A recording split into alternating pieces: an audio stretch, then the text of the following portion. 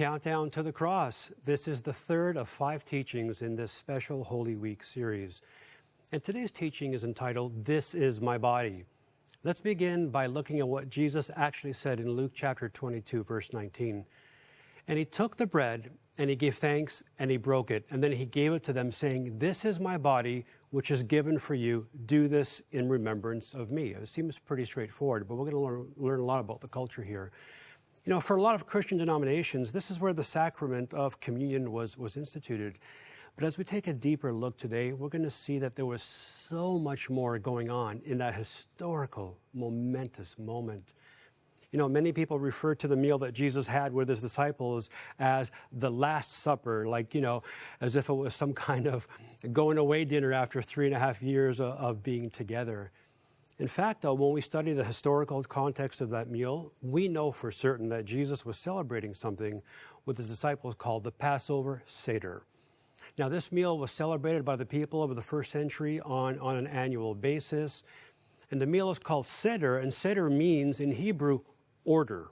That's it, plain and simple, because this is referring to a very specific order in which certain foods are eaten at identical times year after year. And each of these meals, they had a lead, somebody who was leading the dinner, and it's usually the father of the house or the oldest male in the family. And in this case, at this Last Supper, this final Passover Seder, we know that Jesus was the one who was leading that meal. Now, this person was responsible, you know, to recite certain prayers and ensure that the meal and the order in which it was eaten was meticulously observed. There were 4 different cups that were served during the meals over the course of the evening. Each cup represented something special and specific to the event known as that first Passover, the great exodus of the Israelites from the bondage of the Egyptians. Now, we don't have time to go into every element of the table, but suffice it to say there is so much deep and beautiful meaning in symbolism in all of them. Now, the bread that Jesus refers to is no different. When he breaks the bread and says that it's his body, if we don't understand the historical context, it loses something. Each household uses the same kind of bread for Passover meal every year. It's actually a biblical commandment. The bread's to be flat, meaning it has no leaven, and that bread is known as matzah. And that's because symbolically it can have no matzah, which causes it to puff up and to rise up. Leaven is used to represent sin all the way throughout the Old Testament.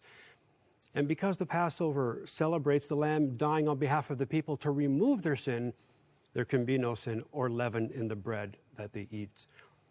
Now, if you look closely, you'll notice that the bread was perforated with tiny little holes to allow the heat to rise and fall while it was cooking.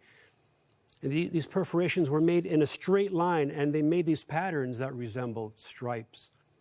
And as the heat would rise and fall, they would often leave these little burn marks on the perforations, and rabbis refer to these perforations as the bruises of the bread. With all of this in mind, let's examine the significance of Jesus comparing his body to the bread, which was about to be broken. He was saying, like this bread, I too have no leaven. He was also about to be pierced. He was also about to receive stripes on our behalf, and his body was about to be broken like that bread, which is exactly what the prophet Isaiah said in 53. So the next time you celebrate communion, no matter what the bread you're eating looks like, have this picture of matzah in your mind. It's as the scripture said, he who had no sin became sin for sinners.